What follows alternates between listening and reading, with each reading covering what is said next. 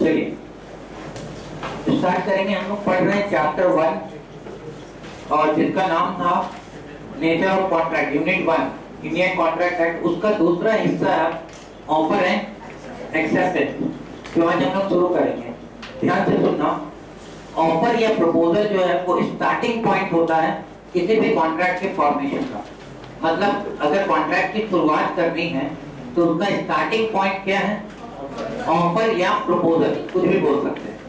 और पार्टीज आपस में नेगोशिएट करते हैं ना, मतलब जब कोई किसी को ऑफर देता है तो जरूरी नहीं कि तुरंत उस ऑफर को मान लिया जाए। उस ऑफर को नेगोशिएट करके, बार्गेन करके फिर जाकर के एक्सेप्टेंस में वो कन्वर्ट होता है। बोलो, तब जाकर के कॉन्ट्रैक्ट का क्या होता है? जन्म होता है। तो ऑफर मिलने के बाद, नेगोशिएशन और बार्गेनिंग के बाद वो क्या बनता है? एक्सेप्टेंस, और तब जाकर के कॉन्ट्रैक्ट का जन्म होता है। अब कुछ ऐसे केसेस होते हैं जहां पर नेगोशिएशन या बार्गेनिंग होती नहीं और ऑफर के टर्म्स कंडीशंस हम पहले से प्रिंट करा लेते हैं, पहले से प्रिंट हो जाता है। जैसे फेमस एग्जांपल है, सबसे सिंपल एग्जांपल है इंश्योरेंस का कॉन्ट्रैक्ट। तो उसका जो टर्म्स कंडीशंस है वो क्या आपके लिए एजेंट बदल देगा? नहीं, आपको या तो उन्हीं टर्म्स कंडीशन पर वो इंश्योरेंस लेना होगा या आप उसे नहीं लेंगे, उसे आप रिजेक्ट कर दीजिए, आपकी मर्जी। तो इस तरह के प्रपोजल को कहते हैं, या इस तरह का जो कॉन्ट्रैक्ट होता है उसको कहते हैं adhesive contract. ADHESIV, adhesive contract कहते हैं। मतलब जिसमें टर्म्स कंडीशन प्री प्रिंटेड होते हैं, पहले से क्या होते हैं? तय होते हैं। दूसरा एग्जांपल, बैंक से लोन लेने चाहिए, कोई भी लोन, हाउसिंग लोन या लोन अगेंस्ट प्रॉपर्टी, उसका फॉर्मेट पहले से प्रिंटेड होगा, टर्म्स कंडीशन, और आपको उस पर साइन मारना होगा। और अगर आप नहीं सहमत है तो आपको लोन नहीं मिलेगा। तो इसका मतलब है वहां पर कोई नेगोशिएशन नहीं होता है। तो ये सब मॉडर्न टाइम्स में, आज के जमाने में इस तरह के भी प्रपोजल्स हम देखते हैं जिसमें टर्म्स कंडीशन पहले से अप्लाइड होते हैं, तय होते हैं। क्लियर है? लेकिन प्रैक्टिकल सेंस में जब हम किसी दो लोगों की बात करते हैं तो प्रपोजल के बाद हो सकता है नेगोशिएशन के बाद एक्सेप्टेंस मिले। क्लियर? तो चलो पेज नंबर 8 में आ जाओ। क्वेश्चन नंबर 8, डिफाइन ऑफर या proposal. According to section 2A of Indian Contract Act 1872, when one person signifies to another his willingness to do or to abstain from doing anything, यानी या तो करना चाहता है या नहीं करने के लिए भी किया जा सकता है कि ये काम तुम नहीं करोगे, ऐसा प्रपोजल, और सामने वाला उसको मान जाता है हाँ मैं नहीं करूंगा और बदले में कंसिडरेशन मिलता है, तो ये भी एक वैलिड कॉन्ट्रैक्ट माना जाएगा, कुछ करने के लिए या कुछ नहीं करने के लिए। आगे, with a view to obtain the assent of that other, मतलब उसमें हम सामने वाले की सहमति चाहते हैं, assent of the other to such act or abstinence। act मतलब काम करने के लिए और abstinence मतलब नहीं करने के लिए। it is his set to make a proposal, तो माना जाएगा कि पहले पर्सन ने क्या दिया है? प्रपोजल दिया। मैं रिपीट करूंगा section 2A, when one person signifies to another his willingness to do or to abstain from doing anything with a view to obtain the assent of that other। एक person ने अपनी सहमति दी है कुछ करने के लिए या कुछ नहीं करने के लिए दूसरे को, और दूसरे से वो इंतजार कर रहा है एक्सेप्टेंस का सामने वाले का, तो माना जाएगा फर्स्ट पर्सन ने दूसरे पर्सन को ऑफर किया, प्रपोजल दिया। बोलो आगे, एनालिसिस ऑफ दिस डेफिनेशन। तो पहला पॉइंट है इसमें, the person making the proposal or offer is called the promisor or offerer. जो ये ऑफर देगा या जो ये प्रॉमिस करेगा उसे हम ऑफरर या प्रॉमिसर कहेंगे। The person to whom offer is made is called the offeror, offeree. जिसे हमने ऑफर दिया है उसे ऑफरी कहेंगे, जिसने ऑफर दिया उसे ऑफरर कहेंगे। And the person accepting the offer is called the promisee or acceptor. ठीक है? जब कोई ऑफर एक्सेप्ट कर लिया जाएगा तो प्रॉमिसी को ही एक्सेप्टर कहा जाएगा। ठीक है? Second point, for a valid offer the party making it must express its willingness to do और not to do something. Mere expression of willingness does not constitute an offer. हम अपनी willingness खाली जाहिर कर रहे हैं इससे कोई कॉन्ट्रैक्ट नहीं बनेगा। बोल रहे हैं कि वैलिड ऑफर के लिए द पार्टी मेकिंग इट, जो ऑफर कर रहा है, must express its willingness to do और नॉट टू डू। उसे ये कहना पड़ेगा कि हाँ मैं ये करना चाहता हूँ या मैं नहीं करूंगा, इसलिए तुम इस ऑफर को एक्सेप्ट करो। एग्जाम्पल से समझ में आएगा। A tells B that he desires to marry by the end of 2017. A B से बातचीत कर रहा है और वो कह रहा है कि मैं 2017 के एंड तक क्या कर लूंगा, शादी कर लूंगा, मेरी इच्छा है, मेरा मन है। It does not constitute an offer of marriage by A to B. तो इसे हम ऑफर नहीं मान सकते A to B। मतलब क्या A B को बोल रहा है कि मैं तुमसे शादी कर लूंगा? नहीं। या वो B को कह रहा है कि तुम मुझसे शादी करोगी? नहीं। तो इसे हम ऑफर नहीं मान सकते, इसमें B को खुश होने की जरूरत नहीं है फिलहाल। आगे देखो, therefore to constitute a valid offer, expression of willingness must be made to obtain the assent of the other। यानी जब हम ऑफर कर रहे होते हैं तो हमारा इंटेंशन होना चाहिए कि हम सामने वाले की सहमति चाहते हैं। इस इंटेंशन के साथ हम ऑफर कर रहे हैं। Thus, if in the above example A further add the word will you marry me, उसके बाद अगर वो ऐड करे तब माना जाएगा कि वो क्या है, ऑफर है।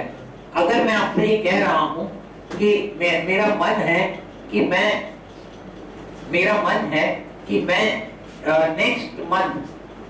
नेक्स्ट मंथ आप लोगों को एक ट्रिप पर ले जाऊं, ठीक है, मेरा मन है कि मैं नेक्स्ट मंथ आप लोगों को एक ट्रिप पर ले जाऊं, तो क्या ये एक ऑफर है? कितने समझदार हैं आप लोग, देखिए ये ऑफर नहीं है। क्यों? मैंने आपसे पूछा नहीं है अभी कि क्या आप जाना चाहोगे, ये मैंने सवाल नहीं किया है। मेरा मन है कि मैं आप लोगों को नेक्स्ट मंथ एक ट्रिप पर ले जाऊं। It is not an offer, it is an intention to offer या इनविटेशन टू ऑफर। इनविटेशन है ये। अब आप ऑफर करोगे कि सर ले जाएंगे आप हमें, तब मैं जवाब दूंगा हाँ या ना। तो invitation to offer is not equal to offer, ये समझना है। ऑफर और इनविटेशन टू ऑफर में क्या होता है, फर्क होता है। ऑफर टू इनविटेशन पता है क्या होता है? इनविटेशन टू ऑफर होता है लालच एक तरह का। इनविटेशन टू ऑफर नहीं कहलाता, समझ गए? क्या प्रैक्टिकली ऐसा होता है सर? बिल्कुल होता है। रियल लाइफ में जो बिडिंग्स होती है, बिडिंग्स, उसका एडवर्टाइजमेंट छपता है पेपर में कि ये एंटीक आइटम्स हैं या ये आइटम्स हैं और इनकी नीलामी होने वाली है। कहाँ पर? इस ऑडिटोरियम में संडे को इतने बजे। ये ऑफर नहीं है आपके लिए, ये इनविटेशन टू ऑफर है। फिर आप संडे को जाएंगे, वहां पर आप ऑफर करेंगे और फिर सामने वाले की मर्जी कि वो उस ऑफर को एक्सेप्ट करे या ना करे। पहला पॉइंट। दूसरा पॉइंट, इनविटेशन टू ऑफर का एग्जांपल दे रहा हूं मैं। अब प्रोस्पेक्टस जो कंपनी इशू करती है, प्रोस्पेक्टस, वो ऑफर डॉक्यूमेंट नहीं होता है, इनविटेशन टू ऑफर होता है।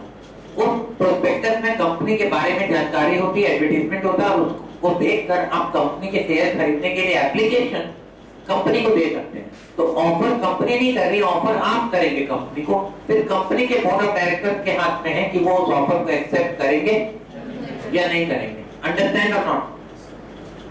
तो जो वैलिड ऑफर है उसके लिए party making it must express its willingness to do और not to do something. Party का विलिंगनेस बहुत जरूरी है।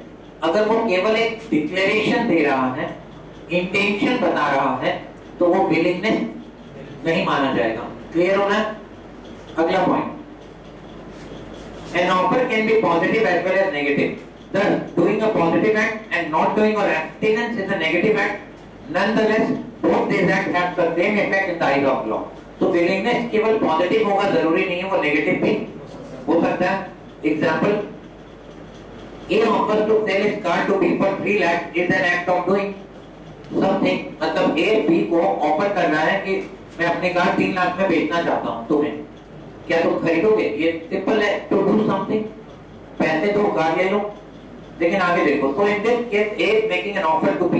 On the other hand, when A asks B after his car meet with an accident with B's scooter not to go to court, मतलब A की car का B के scooter के साथ एक्सीडेंट हो गया और A ने B को बोला कोर्ट मत जाओ, जो भी नुकसान हुआ है उसका हम तुमको रिइंबर्समेंट करेंगे, रिपेयर एक्सपेंसेस हम पे करेंगे।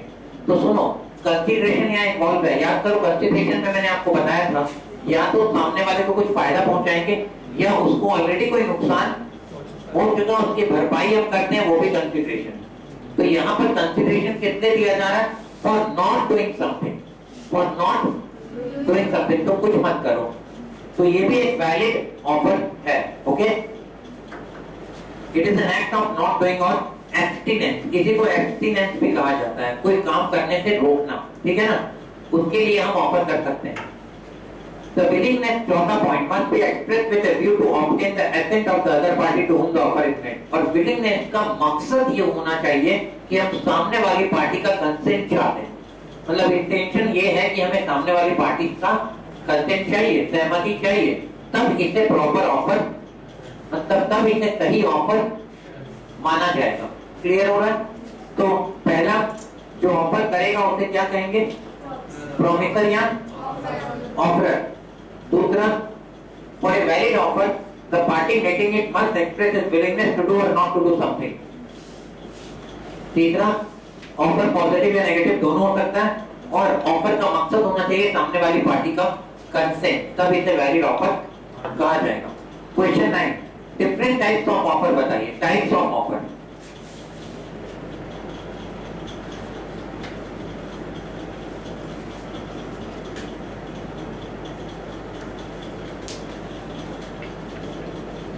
पहला पढ़े थे analysis of definition of offer, और सेकेंड टाइप टॉपिक है टाइप्स ऑफ ऑफर, और उसमें पहला टाइप है जनरल ऑफर जो अगले पेज में दिया है, और सेकेंड है स्पेशल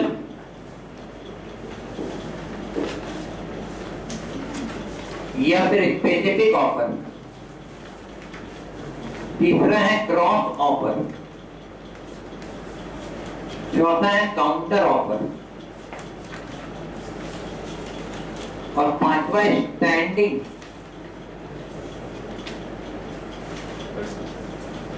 और कंटिन्यूइंग ऑफर या ओपन ऑफर। तो कितने हो गए? 1 2 3 4 5 तरह के ऑफर होते हैं, एक तो नहीं, कितने तरह के? 5। देखो, सबसे पहला general offer, it is an offer made to public at large. किसको दिया जाता है? पब्लिक एट लार्ज, जो भी चाहे इसे एक्सेप्ट कर सकता है, and anyone can accept and do the desired act, और वो उसके बदले में एक्ट कर सकता है, रिस्पॉन्ड कर सकता है, कोई भी, क्योंकि ये पब्लिक ऑफर है, सबके लिए ऑफर है। बहुत फेमस केस तो है Kargil versus carbolic smoke ball company 1893, नीचे देखो पैराग्राफ दिया है। Fact, in this famous case carbolic smoke ball company advertised in several newspaper that a reward of £100 would be given to any person who contracted influenza after using the smoke ball produced by the Carbolic Smoke Company according to printed direction। अगर कोई भी person public का जो company के printed direction के अनुसार smoke ball consume करता है, उसे इन्फ्लुएंजा नहीं होगा। एक बीमारी है जो नहीं होगी, मतलब जो फैलती है,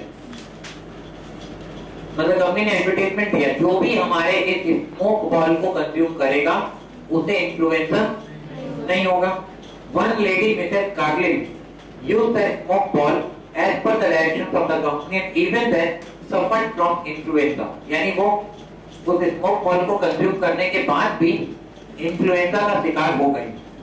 Held she could recover the amount and by using the smoke ball she has accepted the offer। Company यहाँ ये नहीं कह सकती है, सुनो, जनरल ऑफर में कंपनी को रेस्पॉन्ड करना जरूरी नहीं है, मतलब उस ऑफर को हाँ बोल करके जवाब देना जरूरी नहीं है। अगर उसने कंपनी के डायरेक्शन के हिसाब से काम किया है, एक्टिविटी की है, तो माना जाएगा उसने ऑफर को एक्सेप्ट किया है और कंपनी बाउंड होगी अगर कोई कॉन्सिक्वेंसेस होंगे तो यहाँ पर इस कंपनी को जिम्मेदार ठहराया गया और उन्हें हर्जाना देना पड़ा। समझ में आ रहा है? तो वापस आओ, in terms of section 8 of the act anyone performing the conditions of the offer can be considered to have accepted the offer। अगर आप कंडीशंस को परफॉर्म कर रहे हैं, फुलफिल कर रहे हैं, तो माना जाएगा आपने ऑफर को क्या किया, एक्सेप्ट कर लिया है। until the offer is retracted or withdrawn it can be accepted by anyone at any time as it is a continuing offer. तो बोल रहे हैं कि जब तक ये ऑफर हम until the general offer is retracted or withdrawn, मतलब इस जनरल ऑफर को रिट्रैक्ट या विड्रॉ ना किया जाए कंपनी के द्वारा, हम इसे मान सकते हैं कि ये कंटिन्यूइंग ऑफर है। रुको, अब जनरल ऑफर हमेशा कंटिन्यूइंग ऑफर माना जाता है। कंटिन्यूइंग ऑफर मतलब ऑफर दे दिया ना, तो सामने वाला उसे कभी भी एक्सेप्ट कर सकता है, आज कल 2 महीने बाद, जब तक कि हम एक ऑफर को विड्रॉ ना कर लें।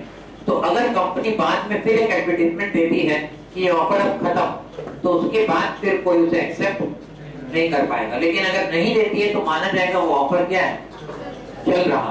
क्लियर है? सेकंड, एक और केस लो है लालमन तुकला वर्सेस गौरी दत्त। फैक्ट, जी यानी Gauri Dutt sent his servant एल Lalman to trace his missing nephew. मतलब गौरी दत्त का नेफ्यू गुम हो गया था, तो उसने अपने सर्वेंट को भेजा लालमन को कि जाओ उसे ढूंढ कर लाओ। उसके जाने के बाद गौरी दत्त ने अनाउंसमेंट किया कि जो कोई भी उसके नेफ्यू को ढूंढ कर लाएगा उसे हम रिवॉर्ड देंगे। बाद में वो जो नौकर था लालमन, उसको वो बॉय मिल गया, लेकिन उसे इस बारे में जानकारी नहीं थी कि इनाम की घोषणा हुई है। क्या उसे नॉलेज था? नहीं, पुराना जमाना था ना, उस समय कम्युनिकेशन इतना फास्ट नहीं था, तो उसे पता नहीं चल पाया। ढूंढ कर ले आया, हाँ, सब्सिक्वेंट की बाद में उसे पता चला कि इनाम की घोषणा की गई थी, तो पहुंच गया मालिक के पास, मालिक इनाम दो। तो मालिक ने कहा इनाम किस बात का? ये ऑफर मैंने तुम्हें नहीं दिया था।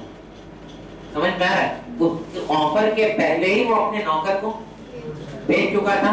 तो डिसाइड हुआ कोर्ट के द्वारा he was not entitled to the reward as he did not know the offer. यानी जो एक्सेप्टर है, उस ऑफर को एक्सेप्ट करने वाला, उससे पहले उस ऑफर के बारे में पता तो होना चाहिए। उसको तो पता ही नहीं था, और उसने जो काम किया वो उस ऑफर की वजह से नहीं किया, इसलिए वो उस इनाम का हकदार नहीं माना जाए। क्लियर हो रहा है? तो ऑफर के बारे में जानकारी होना, कम्युनिकेशन होना जरूरी है कि नहीं? यस। सेकंड, स्पेसिफिक या स्पेशल ऑफर। सेकंड पॉइंट देखो, when the offer is made to a specific or an ascertained person, it is known as a specific order। किसी स्पेसिफिक पर्सन को ये ऑफर किया जाए, नोन पर्सन को, ascertained जिसके बारे में जानकारी हो, उसे ऑफर किया जाए, तब उसे हम स्पेशल या स्पेसिफिक ऑफर कहेंगे। क्या इस ऑफर को कोई और एक्सेप्ट कर सकता है? बोलो। Answer is no. तब तो देखो क्या लिखा है, specific offer can be accepted only by that specified person to whom the offer has been made। Bolton versus Jones example, A offer to sell his car to B at a certain cost, this is a specific offer। ये offer B किसी और को नहीं transfer कर सकता, C को transfer नहीं कर सकता, क्योंकि ये सिर्फ ऑफर किसको दिया गया? B को। तो अगर मान लो सपोज एक कंपनी, सपोज कोई कंपनी है जिसको पता चलता है किसी पर्सन के बारे में कि वो बहुत एक्सपीरियंस है और कंपनी के बहुत काम आएगा, तो कंपनी उसको स्पेसिफिक ऑफर भेज सकती है ईमेल से या लेटर भेजकर कि क्या तुम हमारी कंपनी ज्वाइन करना चाहोगे, और बदले में हम तुम्हें इतने रुपए सैलरी का दे सकते हैं। राइट? तो ये स्पेसिफिक ऑफर है, ये किसी और के लिए नहीं है। तीसरा, क्रॉस ऑफर। देखना ध्यान से, क्रॉस ऑफर। क्रॉस का मतलब ये होता है एक ऑफर के बदले में दूसरा ऑफर, पर ऑफर के बदले में क्या? ऑफर, ऑफर के बदले में ऑफर। अब ये क्या होता है, थोड़ा समझो। When two parties exchange identical offer in ignorance at the time of each other's offer, एक को दूसरे के ऑफर के बारे में पता ही नहीं था, तो हर एक ऑफर को क्रॉस ऑफर कहेंगे। सुनना, ए बी को ऑफर भिजवा देता है, डायरेक्ट बोलेगा तो क्रॉस ऑफर होगा ही नहीं। ए बी को ऑफर भेजता है कि क्या तुम मेरा घर खरीदोगे, ठीक है, और बी ए को ऑफर भिजवाता है कि क्या तुम अपना घर बेचोगे। राइट? तो वैसे सिचुएशन में ये क्या कहलाएगा? Cross offer. ऑफर के बदले में ऑफर, ऑफर के बदले में एक्सेप्टेंस नहीं है। क्रॉस ऑफर को एक्सेप्टेंस समझने की भूल मत करना, और इससे कोई वैलिड एग्रीमेंट का जज नहीं होता है। ऑफर के बदले में क्या होना चाहिए? एक्सेप्टेंस। ऑफर के बदले में ऑफर को हम एक्सेप्टेंस नहीं मान सकते। तो देखना अभी क्या लिखा है, when two parties exchange identical offers in ignorance at the time of each other's offer, the offer are called cross offer there is no binding contract in such a case because offer made by a person cannot be construed as acceptance of another offer. तो offer जो यहाँ पर offer के बदले में जो दूसरा offer था उससे कोई बाइंडिंग कॉन्ट्रैक्ट का जन्म नहीं होगा. Example, A makes a proposal to B to sell his car for rupees कितना 2 lakh without knowing the proposal of A, makes an offer to purchase the same car at 2 lakh from A. It is not an acceptance as he was not aware of proposal made by A. भले amount same है, car same है, लेकिन दोनों को एक दूसरे के offer के बारे में जानकारी नहीं है. It is only cross offer and when two persons make offer to each other, it cannot be treated as mutual acceptance. There is no binding contract in such a case. अब ध्यान से सुनना, जब ये क्रॉस ऑफर किया जा रहा था, A ने B को ऑफर भिजवाया था कि 2 लाख में मेरी कार खरीदोगे और B ने ऑफर भेजा था 2 लाख में मेरी कार अपनी कार बेचोगे, लेकिन कम्युनिकेशन सेम टाइम पर नहीं हुआ.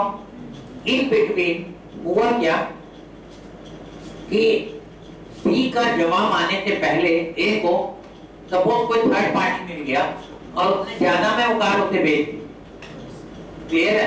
तो यहाँ पर B का जवाब आने से पहले A कॉन्ट्रैक्ट को रिवोक कर सकता है. ऑफर को किसी भी समय एक्सेप्ट किया, विड्रॉ किया जा सकता है एक्सेप्ट करने से पहले. तो B ने अभी एक्सेप्ट नहीं किया था, तो A ने क्या किया, फोन मारा या तो किसी तरह से उसको खबर किया और बोला सुनो जो मैंने तुमको ऑफर दिया था वो वैलिड नहीं है. तो A बोलेगा नहीं, मैंने बदले में तुमको क्या भेज दिया था, सेम ऑफर भेजा था, तो तुम अभी इसे डिनाई नहीं कर सकते. ऐसा B नहीं कह सकता क्योंकि B ने जवाब नहीं भेजा था. B ने क्या भेजा था, ऑफर भेजा था. That is different. तो क्रॉस ऑफर को एक्सेप्टेंस नहीं माना जा सकता. नेक्स्ट पॉइंट, देखो एग्जांपल भी दिया है क्या, नहीं हो गया example. Next point, counter offer. ये देखो चौथा,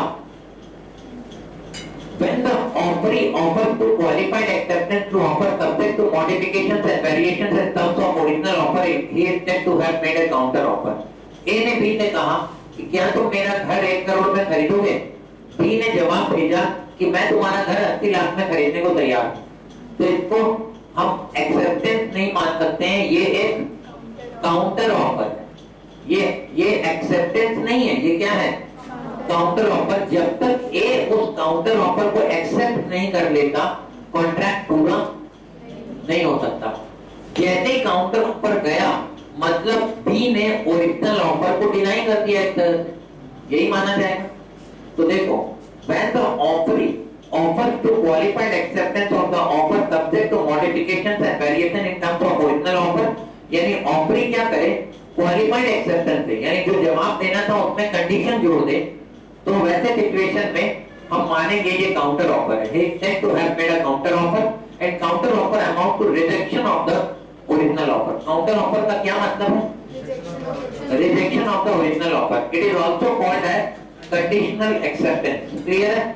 example, A offer to sell a plot to B for 10 lakh, B agreed to buy it for 8 lakh. It amount to counter offer. It may result in termination of the offer of A if later on B agrees to buy the plot for 10 lakh, A में रुको. अब यह मामला interesting हो जाता है.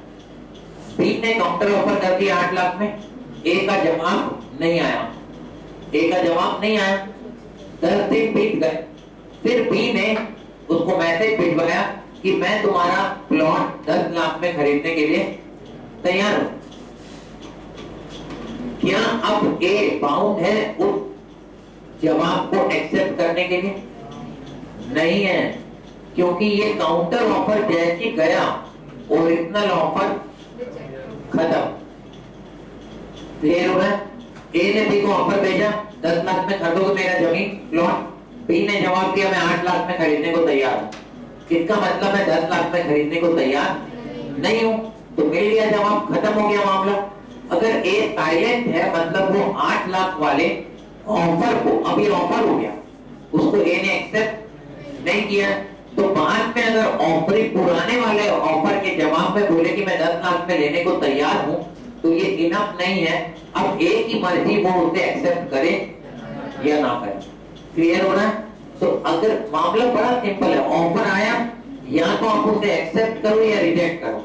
अगर आपने काउंटर ऑफर मारा है मतलब आपने ओरिजिनल ऑफर को रिजेक्ट कर दिया। क्लियर हो रहा है? तो दोबारा ओरिजिनल ऑफर को बाय डिफॉल्ट एक्सेप्ट नहीं किया जा सकता। ओके, अगला पॉइंट,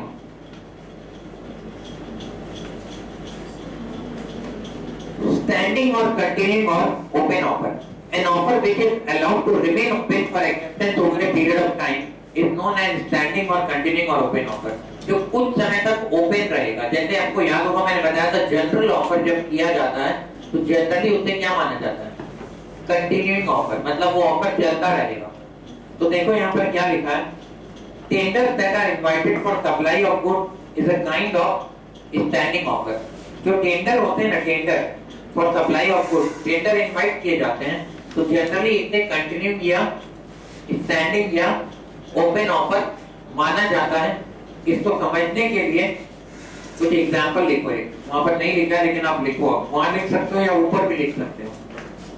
स्टैंडिंग ऑफर का example, A Limited gives a standing offer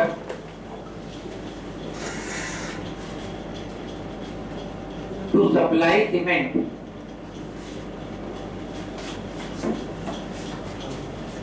to public works department। इसको PWD भी बोलते हैं शॉर्टकट में। A Limited gives a standing offer to supply cement to public works department at ₹140 per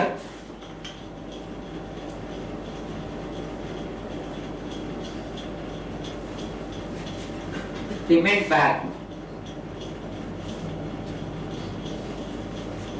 for a period of 1 year, for a period of 1 year with a minimum quantity, for a period of 1 year with a minimum quantity of 1 lakh bag, 1 lakh bag। This is a standing offer।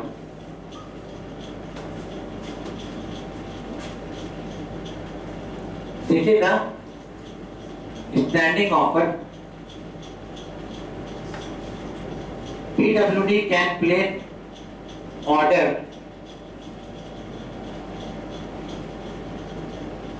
anytime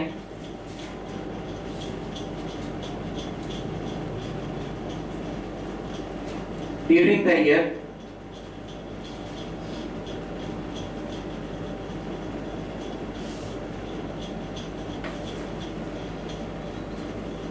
but they will have to buy minimum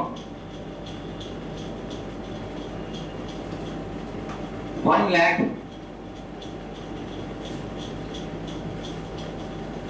bags of cement।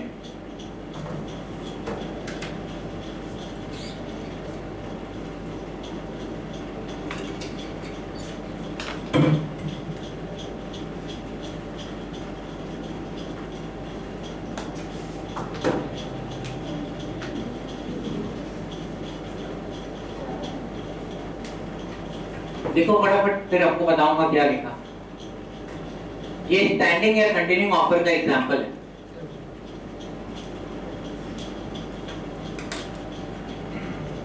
A Limited gives a standing offer to supply cement to PWD department at ₹140 per cement bag for a period of 1 year। मतलब A Limited ने offer दिया, government का department होता है PWD department जो कि सारा construction का काम करता है, तो वही ऑर्डर प्रोक्योर करता है। हमने उसे ऑफर दिया कि हम ₹140 पर सीमेंट बैग में आपको सीमेंट देंगे, बशर्ते कि आपको 1 साल में कम से कम 1 लाख सीमेंट बैग लेना पड़ेगा। तब ये रेट है। कितना बैग मिनिमम लेना पड़ेगा?